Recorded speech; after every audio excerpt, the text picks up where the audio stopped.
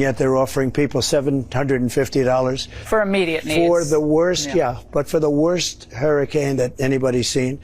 But she shouldn't be there anyway. She should be, I would say, North Carolina is bad, is so bad.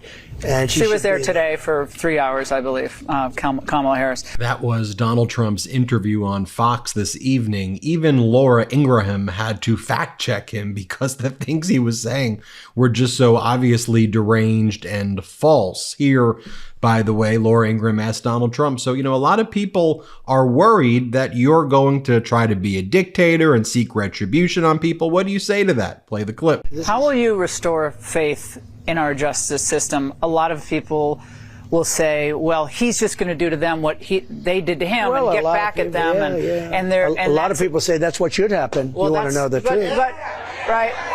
Well, but I think... As our editor-in-chief, Ron Filipkowski, says, so Laura Ingraham says, those lying Democrats accuse you of wanting to be a fascist in your second term. You don't want to be a fascist, right? And then Donald Trump goes, yeah, actually, I do. Here, Donald Trump says, I will be a protector of women. How creepy can you get? Play this clip right here. I say to people, and I'm not ashamed of that. I saw a couple of wise guys on the left saying, oh, who is he? I want to protect women. I'm going to protect women, and I'm going to protect men, and I'm going to protect children. And that's my obligation to do it with the military and with law enforcement. Donald Trump's then asked a very basic question by Laura Ingraham. How would he do things differently in response to Hurricane Helene? And it's just a bunch of word salad. Let's play this clip right here. But more importantly than that is they don't have the people. They're not doing it. It's a very bad thing. How would you do it differently? I'd have a tremendous team of people here. They don't have any people here. The people are all, I was in North Carolina yesterday. I was in Georgia. And Georgia's different. You have a good governor. He's doing a very good job. But North Carolina is a disaster. And it was also hit very hard. But they don't have the people. And they're complaining there's no people around to help. That was a horrific storm. The Charlotte Observer editorial board said the following. Western North Carolina is not a political football. Donald Trump has politicized the situation at every turn, spreading falsehoods and conspiracies that fracture the community instead of bringing it together. Laura Ingraham then asks him a question about Elon Musk. Here, play this clip. Response has been so bad to the hurricane. This response has been horrific. But didn't Elon praise Pete Buttigieg, saying he cleared the way for some of my helicopters to come in? He praised Buttigieg. Well, that was 2 days late because what happened is he sent his great, gadgets in. He has the Starlinks. It's incredible for communication. But they were asking me, the people of North Carolina and representatives, they said, could you possibly speak to Elon Musk and get it? And Elon came through, and then they sent it in, and they wouldn't allow it to go in. And it took 2 days, and then Buttigieg, as you say, Buttigieg called, and I guess after 2 days late, though. And were they shamed, are you saying, into Of course they were. It was huge publicity that they wouldn't allow. He had helicopters bringing stuff in that's not even gettable. You can't even get it. Indeed, it was a very weird Elon Musk appearance in Butler, Pennsylvania as well. Remember when he did this? Play this clip. Come here. Take over, Elon. Just take over. And as Paula Y says, there is literally media coverage of the National Guard and helicopters, and it wasn't 2 days later. FEMA was on the ground before the storm.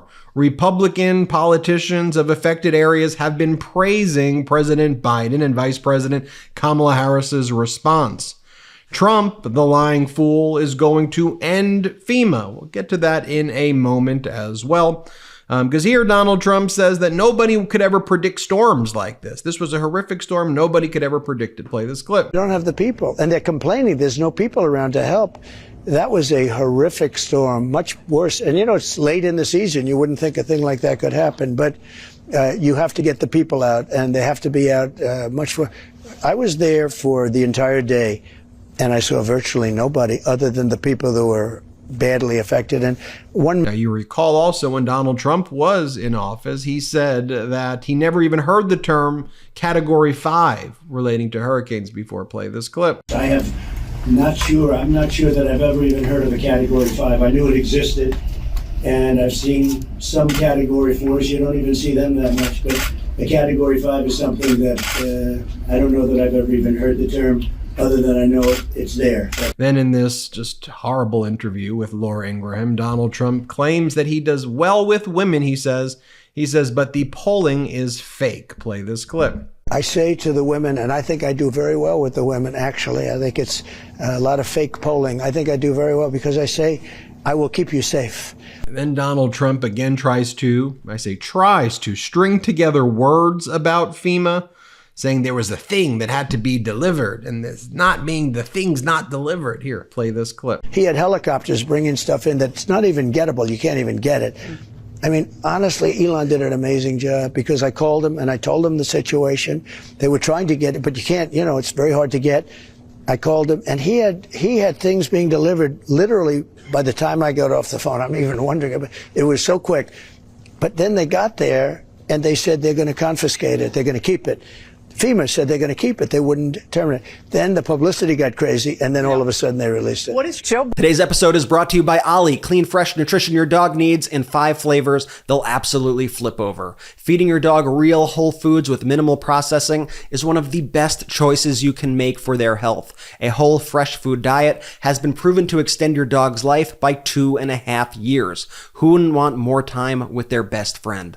Ollie's recipes have no harmful fillers, no preservatives, and are made in U.S. kitchens with ingredients sourced from trusted growers and producers around the world. And because Ollie's meals are gently cooked, they don't need preservatives. It's fresh, real food. With protein-first recipes like fresh beef with sweet potatoes, fresh turkey with blueberries, and fresh lamb with cranberries, Ollie might just have your dog eating better than you. Here's how it works. Take a 30-second quiz about your dog on Ollie's website, and they'll create a customized meal plan based on your dog's specific needs. Ollie then sends your dog starter box with 2 weeks worth of meals, plus a guide on how to transition them over. You could even choose from 3 meal plans to fit your dog's diet. And can I be real with you for a second? My dog Mochi is the best. She's the sweetest, most playful, loving Shih Tzu in the world. She's also one of the most stubborn eaters in the world. And if the food I give her isn't up to her standards, she lets me know. So anytime I introduce something new to her, it's the ultimate test. Since I've been giving her Ollie, she's been licking the bowl clean. I've been giving her the chicken dish with carrots and the lamb with cranberries, and she absolutely loves it. And right now, Ollie is offering an amazing deal, 60% off your first box of meals when you subscribe. Just head to Ollie.com, tell them about your dog, and use the code Meidas to get 60% off your first box. That's OLLIE.com, promo code Meidas, MEIDAS. They even offer a clean bowl guarantee, so if you're not satisfied, you get your money back. Just show you former Republican Governor John Kasich had to say the following about Donald Trump's abhorrent behavior on MSNBC. Play this clip. It's just so it's beyond disappointing. It's maddening to see that a person running for president would try to use something like this, where there's been such tremendous hardship, loss of life, to try to create a fable here. I mean, look, anytime you have something like this, the officials in charge are always going to say they wish things had been delivered faster. That's always going to happen. But to say somehow that money that was designed to go to hurricane relief has been spent on immigrants, I mean, it's just dead wrong. But he continues to say it, and there's this thing now, as you know, Andrea, about spinning conspiracy theories, and people on the internet like to think, oh well, the government just doesn't care. They're doing their own thing, and this kind of gins up some of his base. But by and large, I think the problem he's going to have as we get to the election day is that there's going to be a chunk of Republicans who will not vote for him under any set of circumstance. And I think that number's probably 15% in that category. She will not have that problem. I mean, she'll be over 90 in terms of the Democrats that turn out and vote. But every time he does this, he puts himself farther and farther behind. And frankly, the ramification should be that. As you know, I've been opposed to him for 6 years since he came on the scene, and it's just it's terrible. And here's Al Cardenas, the former chair of the Florida Republican Party. And here he talks about why he's voting for Vice President Kamala Harris and Governor Walz. Play the clip. Actually voting for the Harris-Walz and maybe doing it with some enthusiasm is a fairly recent development. I'll give you two recent examples, both of which I'm very familiar with. One is the natural disasters. That's always been a bipartisan issue. Both Democrats and Republicans have worked together to assist the people in harm's way. Well, the White House asked Congress to pass a supplemental bill to really help people with these disasters because we may be running out of cash.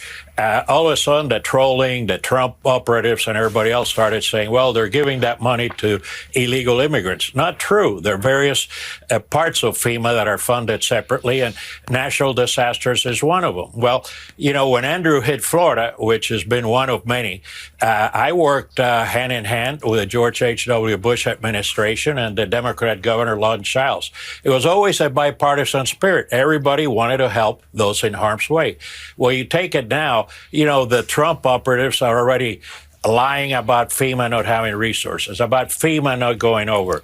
When the White House asked the Congress to meet for a supplemental bill, to pass a supplemental bill for FEMA, they said, call us after November 5th. That's something that's just not have a precedent. The second one was with immigration. It was so hard to get a bipartisan bill put together in order to stop the intrusions at the border. But oh no, Trump had to tell the Republicans not to pass it because it was not in his best interest. Also earlier today, you had Fox's Ducey try to spread disinformation, and the White House press secretary Karine Jean-Pierre was not having it. Here, play this clip. It's there. That you don't like misinformation. I actually said we have the money available to help survivors of Hurricane Helene and also Hurricane Milton.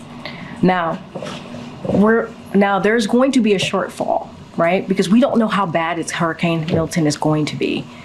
And so we're going to need additional funding. That's exactly what I just asked about. And you said it was misinformation. Yes. What you're asking me is why Congress needs to come back and do their job. That's what you're asking me. Congress needs to come back and do their job and provide extra assistance, extra funding to disaster relief fund. That's what Congress needs to do, and we're going to continue to urge that. You may not want that, but that's okay. That's what this president wants, and that's what the vice president wants. Thanks, everybody. Ooh. Here's another clip of that interaction. Play this clip right here. It is there for them. That's our focus here. But President Biden is fond of saying, show me your budget and I will tell you what you value. If he's got money for people in Lebanon right now, without Congress having to come back, what does it say about his values? There's not enough money right now for people in North Carolina who need it. That's not misinformation. Wait, no, that is. Your whole premise of the question is misinformation, sir. What you do? Yes, it's misinformation. Is there money to send to Lebanon right now? I just mentioned to you that we provided more than $200 million to folks who are impacted in the area, and I just shared with you that people are deciding not to. People are deciding not to. Wait. To Congress that there's not enough money to help people. We're talking about the SBA disaster loan. That's money for people in North Carolina. And that's important, and people in North Carolina need that. Wait, this is nothing new. Peter, this is nothing new. Congress comes together, they provide money, millions of dollars, for disaster relief. We're asking them to do the job that they have been doing for some time. From a letter that President Biden sent to Johnson, McConnell, Schumer, and Jeffries. The president's letter is not misinformation. Would you agree? No, the way you're asking me the question is misinformation. There's money that we are allocating to the impacted areas, and there's money there to help people who truly need it. There are survivors who need the funding, Also, MeidasTouch Network was the first to break this story. Hat tip to our editorial team. By the way, you should go to MeidasPlus.com and take a look at some of the great work our editorial team is doing there. It's MeidasPlus.com, MeidasPlus.com. Check out some great stuff there. But we broke the story of all of the Republicans who voted against FEMA funding. And now I also saw a bunch of other people making posts, but the MAGA Republican Congress members voted against this. And now they are the arsonists, and they're trying to claim that they should try to put out the fire as the arsonists right here. Also, Donald Trump, to take a look at this, had this strange interaction with a group of rabbis where he asked to sign, I think, a copy of the Old Testament. Here, play this clip. Yeah, can I take that? Would you like me to sign this? I love that. Thank you. Again, just very strange behavior right there as well. But you know, that's who that's who Donald Trump is. So hit subscribe. Let's get to 4 million subscribers together. Thanks for watching. Real quick, Meta just changed their algorithm to suppress political content. Please follow our Instagram @MeidasTouch right now as we head towards 400,000 followers so you don't miss a beat.